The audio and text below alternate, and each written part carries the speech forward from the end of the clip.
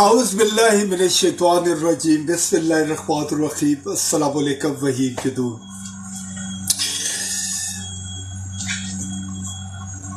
پاکستان کی یہ بد نصیبی ہے کہ ہم آزمائے ہوئے لوگوں کو دوبارہ آزما رہے ہیں، اور آج کل ایک نیا شور مچ رہا ہے کہ نواز شریف کو چوتھی دفعہ پاکستان کا پرائم منسٹر بنائیں گے،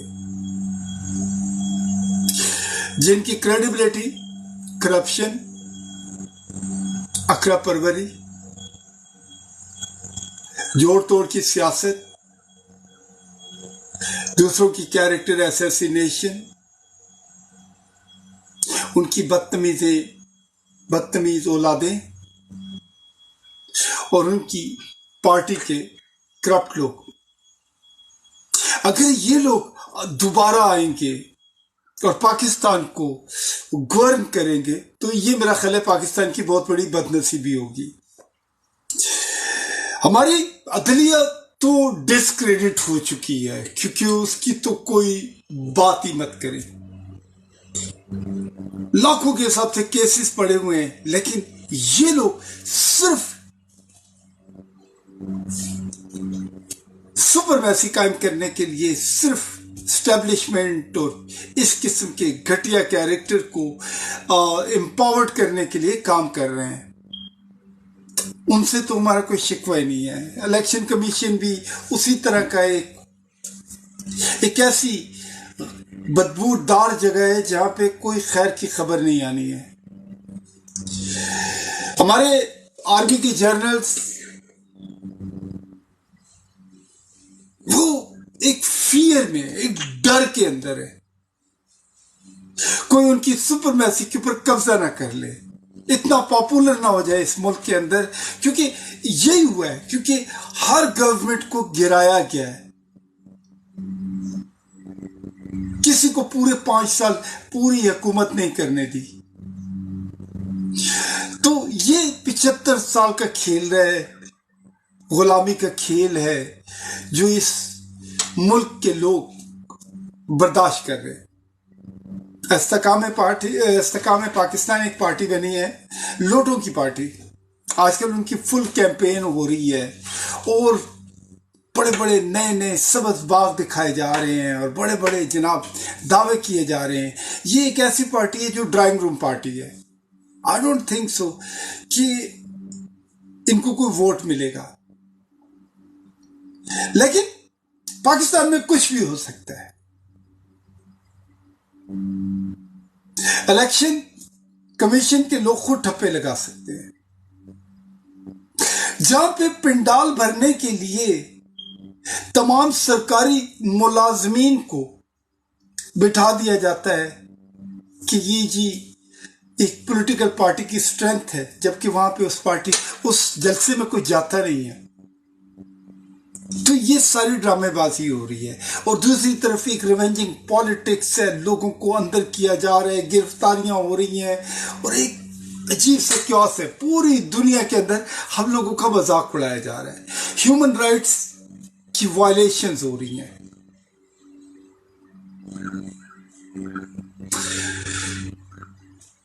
ہر جگہ پہ ایک فوجی ہمارے اوپر مسلط ہے، چاہے وہ پرائیویٹ ادارہ ہے یا وہ کوئی گورنمنٹ کا ادارہ ہے. بس صرف یہ ہے، جس طرح ٹیچر کہتی تھی منہ پہ انگلی رکھیں، بات مت کریں، بابا جی جاگ جائیں گے. اور اگر بابا جی جاگ گئے تو پھر آپ کے ساتھ کیا ہوگا آپ سوچ نہیں سکتے. ایک ڈر کا کھیل.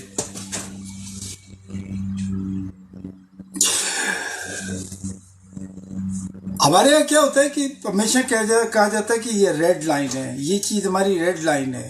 کوئی کہتا ہے جی یہ جو آرمی میں بڑے بڑے افسروں کے گھر ہیں یہ ہماری ریڈ لائن ہے. دوسری طرف کہتے ہیں عمران خان ہماری ریڈ لائن ہے. اور یہ ریڈ لائن ہمیشہ ٹوٹتی ہے اور اس کے بعد کچھ نہیں ہوتا ہے. اس غبارے سے آواز نکل جاتی ہے، کیونکہ لوگ ذہنی طور پہ غلام ہیں.